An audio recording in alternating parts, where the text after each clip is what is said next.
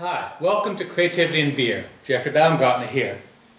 You're familiar with brainstorming, aren't you? You know, the traditional kind. We've got a whiteboard and a problem statement on it and a group of people and everyone shouts out ideas and all ideas are welcome with hugs and kisses and good wishes and no ideas are rejected because you don't want to hurt anybody's feelings and the aim is to get lots and lots of ideas because somewhere amidst all those boring conventional ideas there's got to be a creative idea, certainly.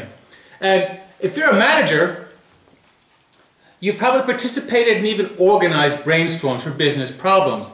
And if you've participated in a number of them, you've probably come to realize something, that when it comes to generating creative ideas that you can use in your business, brainstorming, what's the word I'm looking for? It sucks, doesn't it? It's useless. You end up with a whole bunch of boring ideas and no one knows what to do with them. Well, you might be interested to know that researchers have taken a close look at the brainstorming process and the assumptions behind it, like collaborative thinking and no criticism of ideas and choosing the best ideas at the end and these things. And what the researchers have found is that you're right. Brainstorming sucks. So, what are you going to do about it? Surely in the field of creativity, we have so many creative people helping other people be more creative. There must be a lot of creative ideas about alternatives to brainstorming that take into account the weaknesses that research have found. But the truth is, no, that's not really happening. In fact, way too many creativity consultants continue to flog brainstorming to people like you, and when you get poor results, they blame you. And they're a vengeful lot too, those creativity consultants. That guy just shot at me. Anyway, to continue, there is one alternative to brainstorming. It's anti-conventional thinking. Like its name implies, anti-conventional thinking is about being purposely unconventional in your creativity. It's about purposely rejecting conventional ideas in favor of the unconventional. Like brainstorming and a lot of other creativity methods, it starts with a problem or a goal. In anti-conventional thinking, we like to use goals for the simple reason that problems are for losers. And you're not a loser, are you? No, of course not. Anti-conventional thinking is a simple four-step process. Step one, you take that goal of yours and you deconstruct it by asking questions. You break it down, you look at it from various perspectives, you get to know it inside out like your husband or wife or your live-in lover or, well, you catch my drift, don't you? The more thoroughly, the more different perspectives from which you can see your goal, the more insights that you have that enable you to generate ideas, creative ideas, that will take you to your goal. The second step is to formulate a sexy goal. One of the reasons so many brainstorms and ideas campaigns and crowdsourcing initiatives result in so many boring ideas is they start off with a boring problem statement. You know, in what ways can we improve a boring old product? How can we improve a boring old shops? Stuff like that. Not surprisingly, boring problem statements result in boring ideas. Sexy goals result in sexy ideas. What kind do you want? Enough said then.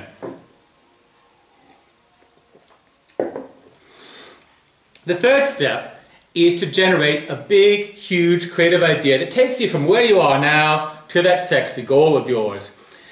It's kind of a process of trying out ideas, seeing if they work, putting them together. If they don't work, throwing them away, trying something else. So it's not about generating a bunch of ideas, it's about building, with small ideas, a very big idea that takes you to your sexy goal. In many respects, it's kind of like a woman in a shopping mall buying an outfit for a special occasion. You know, she goes in and she tries on some blouses and skirts and she finds a nice skirt that she really likes. So then she finds a blouse that matches it and then she looks at accessories, you know, bracelets, necklaces, earrings, belts and so on. And she tries various things. If they work, if they make the outfit make the statement that she wants, she buys it. If it doesn't work, she sends it back again. And that's what you've got to do. You try out ideas. You try them on for size. If they work in terms of building that big idea, you buy them. If they don't work, you send them back to the rack.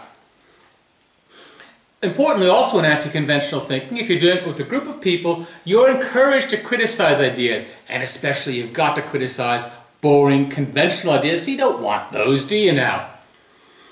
So you're encouraged to criticize, discuss, debate ideas. And that enables you to sort of decide which ideas will enable you to really build that big idea that will get you to your sexy goal. Boom. The fourth step is to come up with an action plan, a step-by-step action plan. Now think about it. You've got this big, huge, creative idea that's going to get you to your sexy goal. Now that seems really cool when you're jabbing ideas with friends, and especially if you're drinking beer while you're doing so. But when you go back to your rather dreary office, it can suddenly seem very intimidating to implement that big, huge idea, can't it? So, in anti-conventional thinking, we take that big idea and we chop it into smaller chunks, actionable chunks, things that you can really do.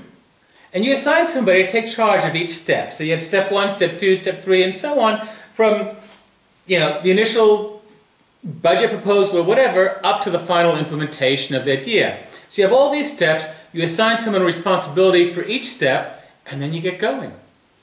So there you have it. Anti-conventional thinking is a very simple 4-step process that takes you from a creative goal to an action plan that you can get started on immediately. Brainstorming and many other creative techniques basically leave you with lots and lots of ideas that you have to sift through and somehow find the best and then go on from there. As a manager, which would you like?